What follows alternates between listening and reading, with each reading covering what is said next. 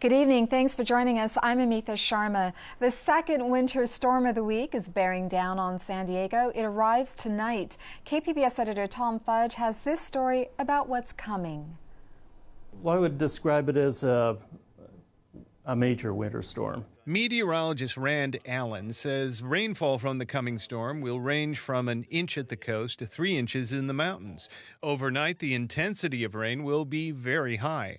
Following yesterday's storm, the ground in San Diego County is becoming saturated, and that means lots of runoff this weekend, swollen creeks, and possibly debris flows off of steep slopes.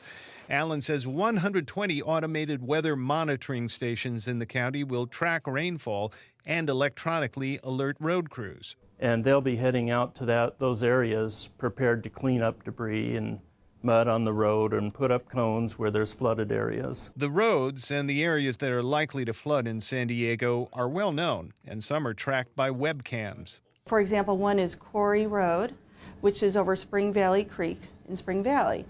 This is a road that floods pretty much every time it rains. We have sensors on the road, so as soon as there's a depth of water that would require the road to be closed, there are automated barriers that come down. A cold front will arrive on Saturday, causing temperatures to fall below freezing in the mountains and bring the snow level down to 3,500 feet. Sarah Agahi's advice to travelers this weekend: don't drive on flooded roads and take your time. Don't be in a rush. Tom Fudge, KPBS News. As temperatures drop below 50 degrees tonight, the city of San Diego says it has opened emergency homeless shelters, but that's not true. The city's own website says shelters won't open until Saturday night. KPBS reporter Steve Walsh visited one of the shelters and has this report. As the rain moves into the county tonight, the city of San Diego plans to open its inclement weather shelters tomorrow night at the People's Assisting the Homeless and at St. Vincent de Paul Village. That means a rough night is ahead for Adrian Hadley, who has been living next to the entrance ramp off Interstate 5 downtown. Right now, I'm just more concerned about getting our bedding and our clothing dry, washed and dry, so we have clean, dry bedding and clothes. Hanley has been homeless for the last 18 months. She and others in the area were covering their tents with plastic tarps and trying to keep their belongings off the ground. It's one of those things that survival technique got to kick in. The city's inclement weather plan was activated Tuesday night during the region's earlier storm. A spokesman for St. Vincent de Paul said as part of the city's plan, they will open an inclement weather shelter in their dining room when there's at least a 40% chance of rain and temperatures are expected to dip under 50 degrees. Steve Walsh, KPBS News. The city spokesman said he would check into why the shelters were not open. Volunteers handed out socks today to people living on the streets. It's part of the Warm Their Souls project by the San Diego County Office of Education and California Coast Credit Union. They far exceeded their drive goal of 5,000 pairs, collecting 23,000 pairs of socks. A stretch of shoreline has been closed from the U.S.-Mexico border up to Coronado. The rainfall has pushed sewage-fouled runoff from the Tijuana River into the ocean, where currents carry it north. County officials warn that people should stay out of the water. Signs warning of the pollution hazard are posted and will remain in place until the water is safe again. The stormy weather is also contributing to delays at LAX. AP reporter Ned Barker says the airport's busiest travel day is expected to be today. The holiday crush has been unfolding at the Los Angeles International Airport this week, with hundreds of thousands of air travelers passing through the airport each day. The flight ahead of us was delayed 2.5 hours. Something about construction in LA on the runway, which I don't know what that's about. Something said a lot of flights to LA were delayed. Well over 4 million travelers are expected during the holiday period, a significant jump from a year ago. But LAX has seen many delays and cancellations due to the high volume of travelers, poor weather, and several security concerns over unattended bags. We landed, it seemed like it was going all well, and then we pulled over and he said, now there's a delay at the tarmac. It'll be about 30 minutes. The busiest projected day, December 21st, followed by today, Friday the 23rd. The slowest periods, Christmas Eve, Christmas Day, and New Year's Eve. Ned Barker, The Associated Press. The Chargers have leased new office space and a training facility in Orange County. The Orange County Register reports today that the team secured the lease in case the team moves to Inglewood. They can get out of the lease if they stay in San Diego. Team owner Dean Spanos has said that he won't make a decision about whether they stay or go until after the regular season is over. Southern California Edison wants to delay the start of new settlement talks on the shuttered San Onofre nuclear power plant. State regulators ordered the discussions more than a year after it was revealed that Edison and regulators negotiated the deal's terms in secret talks overseas. The final agreement billed customers billions of dollars in costs for the plant's shutdown. Edison wants to hold off on new negotiations until after its arbitration with Mitsubishi Heavy Industries. That was the company that made the faulty equipment that caused the radioactive leak. Consumer attorney Mike Aguirre says Edison's request to put off the start of talks is an attempt to manipulate public opinion. U.S. Attorney Laura Duffy has been appointed to the bench of the San Diego Superior Court. Governor Jerry Brown selected Duffy along with 3 other San Diego lawyers to be judges. She has been the U.S. Attorney for the Southern District of California for 6 years, where she has led initiatives to prosecute criminals involved in sex trafficking and drug smuggling. Pride can go on. That's the word from San Diego LGBT Pride, which usually runs the festival. The celebration was threatened this year because of a conflict between 2 groups. When San Diego LGBT Pride went to take out a permit, it was surprised to find a competing group called LGBT Community Pride had already nabbed it. That group took the permit because it was unhappy with how the Pride organization was being run. But Will Rodriguez Kennedy, who organized the truce between the 2 groups, says the presidential election spurred them to put aside their differences and work together. Unity is important, and there needs to be certainty about around our Pride celebration in order to provide for a united community. He says the delay didn't impact the celebration in a major way, but if the conflict extended into 2017, it would have been harder for the event to do things like book musical talent. It's that time of year again. We take a look back at the astonishing election, the worsening crises of homelessness and housing, the growing fears of immigrants on this side of the border, and concern over the effects of climate change. Stay right there as we prepare to close the book on 2016, tonight at 8:30 on The Roundtable. Migrant farm workers face chronically unsafe transportation once they get to the U.S. Critics say the system treats workers as disposable and must be fixed. Associated Press reporter Ellen Breed has the story. High in the mountains northeast of Mexico City, this cramped, leaky shack was home to 9 members of the Chavez family. But 22-year-old Jose wanted more for his parents and siblings, so he did what so many other Mexicans have done. He signed on to do farm labor in the United States. After 9 months of back-breaking toil, Chavez was heading home when the bus he was in crashed outside Little Rock, Arkansas. Chavez and 5 others were killed. 7 more workers were severely injured. He was our only option, the only hope we had. From the tobacco fields of North Carolina to the vineyards of California, American agriculture depends on a reliable supply of cheap, mostly foreign-born labor. And too often, these vulnerable workers are dying on the road. Since January 2015, the Associated Press has uncovered at least 38 deaths and about 200 injuries in road accidents involving migrant and seasonal farm workers. But labor attorney Greg Schell says that's likely a gross undercount. What we found was, unfortunately, although there are all these laws in the books that have been passed over the years to ensure that the vehicle had a proper driver, that it was safe, and that it had high levels of insurance, that those laws weren't followed. Complicating issues, more than 70% of the 1.1 million farm workers in the United States are foreign-born. Many are here illegally, making it hard for them to complain about unsafe conditions. This Mexican worker, who requested anonymity for fear of retaliation from employers, tells of 18 workers crowded into a van meant for 10, sitting on overturned plastic buckets instead of seats. We don't want to seek justice, right? Because the boss will fire us, and so we're afraid that we'll be fired, and we need to work. There are people living in small farm worker towns that the rest of the world doesn't hear much about. Every now and then there's an accident that galvanizes public attention. In July, police say a bus driver transporting mostly Haitian workers in Florida blew through a flashing red light and was hit by an 18-wheeler. The trucker and 3 on the bus were killed, including a 4-year-old boy. Regulators generally go after the smaller labor contractors who supply and transport the workers. Following the deaths of 5 workers in California last year, the U.S. Department of Labor moved to revoke the certification of one of those contractors, CAT Labor Services. This is an accident that resulted from driver error, from what I understand, and unfortunately, folks look for someone to blame, and in this case, for the Department of Labor, the easiest target is my client. The Labor Department assessed agricultural employers more than $5 million in penalties last year.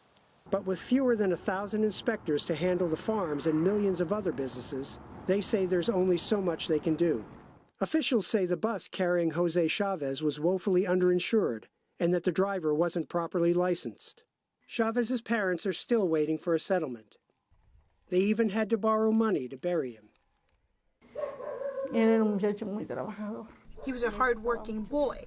He liked working a lot. While in the U.S., Jose had been faithfully sending home money, enough for his family to build 2 simple but sturdy concrete rooms. His mother had a surprise waiting for him, his first ever bed. Jose never got to sleep in it.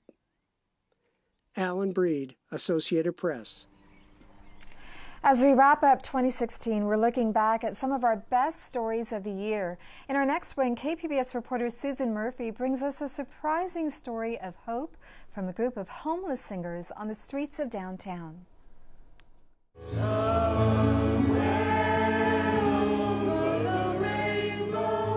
Every other Friday in an old building on 13th Street in downtown San Diego, some vocalists gather to share their love of music. The 16 choir members belt out harmonious melodies that amplify off the metal walls. There will be no love dying here.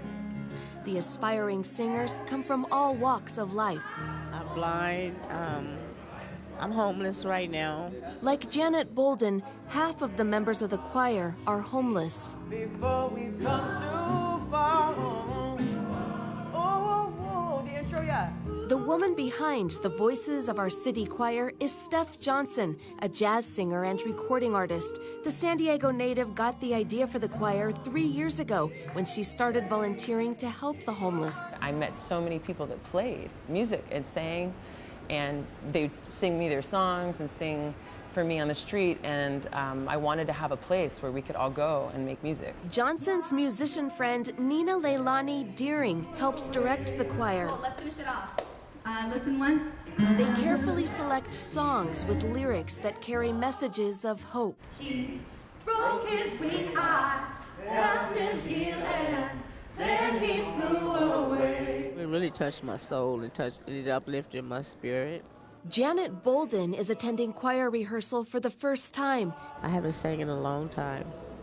I really didn't have anything to sing about, but I like to listen. I love music, and I love singing. It's also the first time in her life she's been homeless. She's been living on the streets for 2 months. Not from any drugs or anything, but from a property where I lived at being sold, and my income being so low that I'm unable to get another place. Inside these walls, she has found community and kindness. Overwhelmed to know that people that I've never met before in my life care enough about me to watch out for me. Rehearsals always include fellowship and food. Choir members are encouraged to set aside their personal struggles and their bags and carts that overflow with stuff accumulated from months of living on the streets. You know, they know that they're accepted and they're welcome and they're in a space and that they can close their eyes and sing and enjoy that. They're really saying, I love you.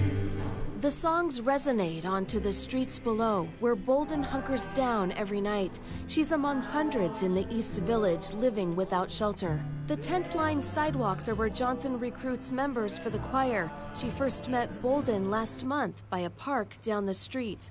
Do you sing? Do you play any music? No. No? Well, you don't have to be a singer. You can just come and hang out. It's also where she found Juan Campbell. He's been homeless for 2 years. She got down on the ground and sat down with me.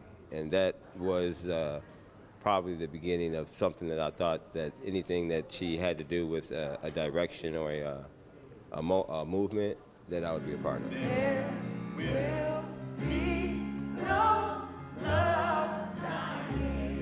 Campbell has been a part of the choir since its beginning last spring. The former banker from Seattle says the choir has changed his life.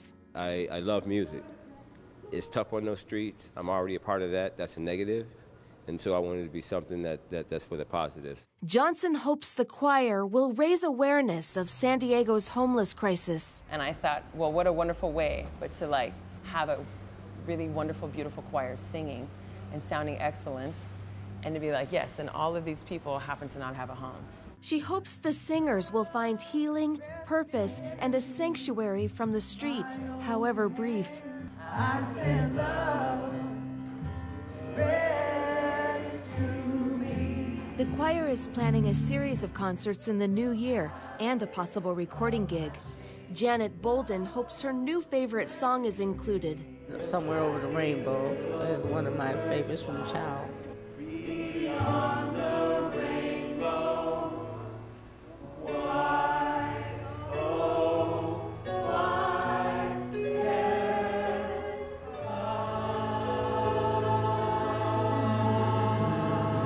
I? Susan Murphy, KPBS News.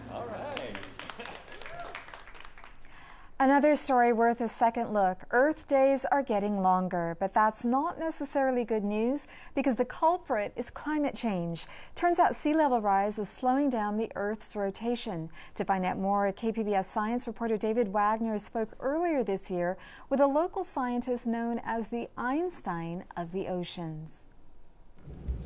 At 98 years old, Walter Munk has been around for more rotations of the Earth than most. The Austrian-born scientist began his career at the Scripps Institution of Oceanography at the dawn of World War II. When I show up to his seaside home in La Jolla for an interview, he tells me he's still busy working on new scientific papers. Yeah, I'm working on a problem that has been puzzling for 100 years. But today I'm here to talk about Earth's rotation, a subject Munk has been an expert in since 1960 when he co-wrote a book called The Rotation of the Earth. It was not a bestseller. The academic text may not have made him much money, but Munk says he became fascinated by the Earth's rotation because it provides clues about so many other things happening on the planet. I think that the Earth is telling us a story that we should be able to interpret. Munk says one story told by Earth's rotation is the story of sea level rise. The speed of Earth's rotation is actually not fixed at 24 hours. It can change depending on where Earth holds its mass. And when ice melts at the poles, mass gets redistributed. Water moves toward the equator when it melts, and that slows down Earth's rotation, kind of like how a ballerina's pirouette slows down when she extends her arms.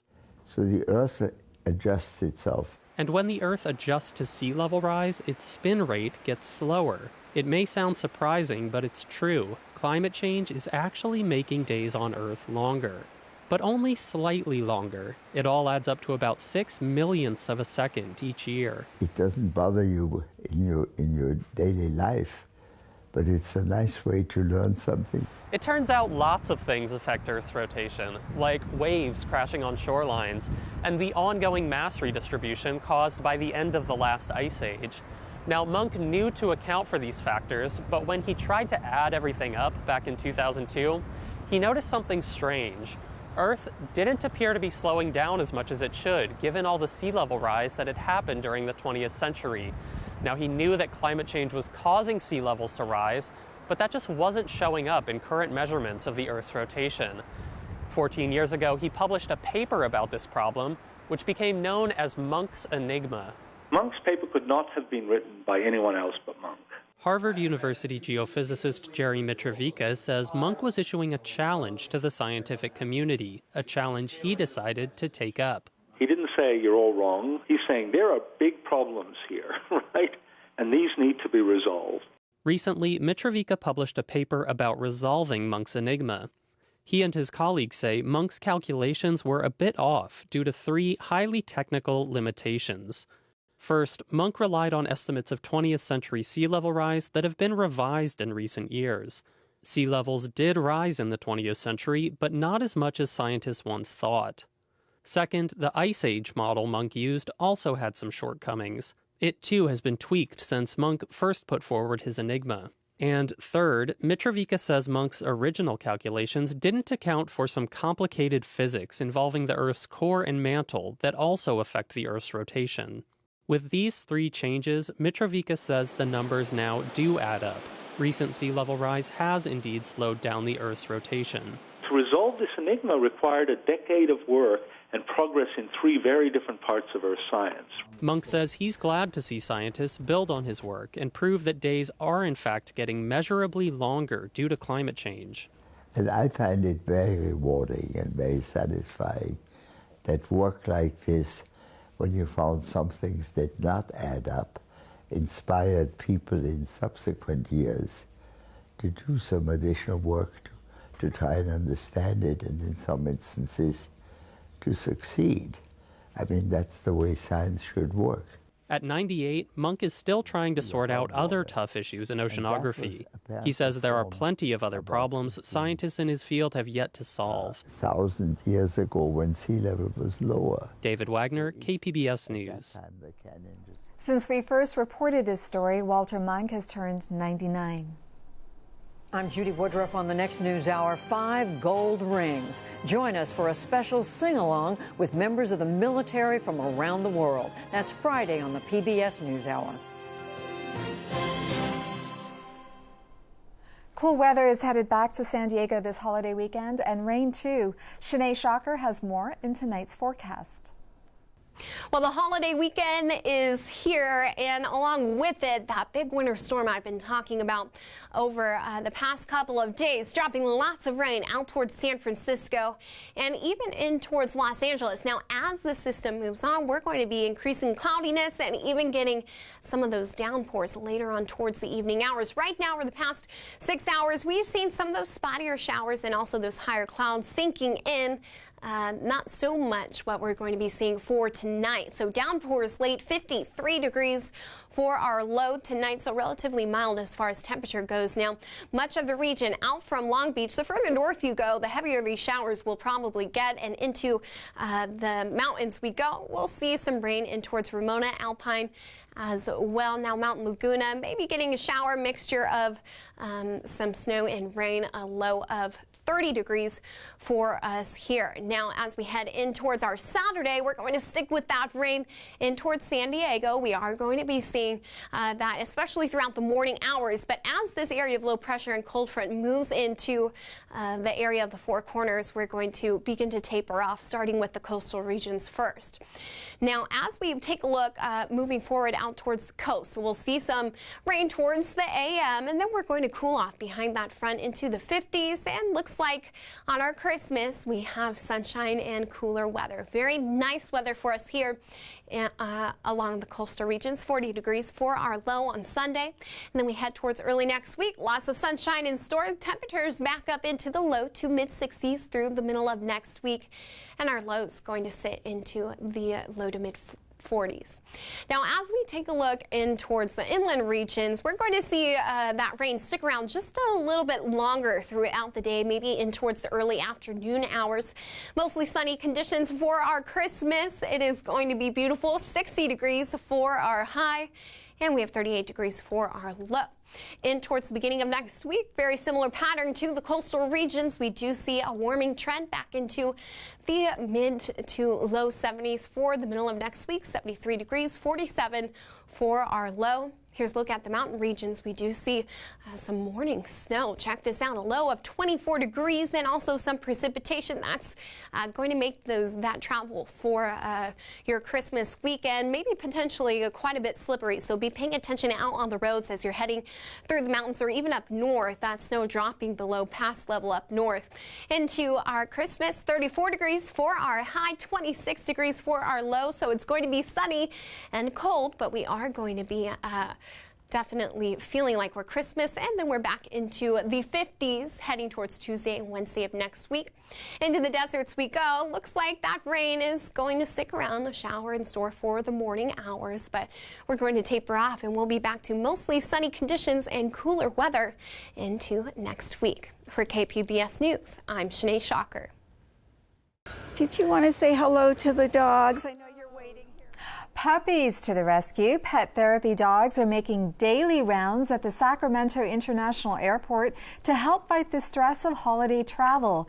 The airport launched the program, Boarding Area Relaxation Corps, or BARC, 2 years ago. You can find tonight's stories on our website, kpbs.org/evening edition. Thank you for joining us, and have a great evening.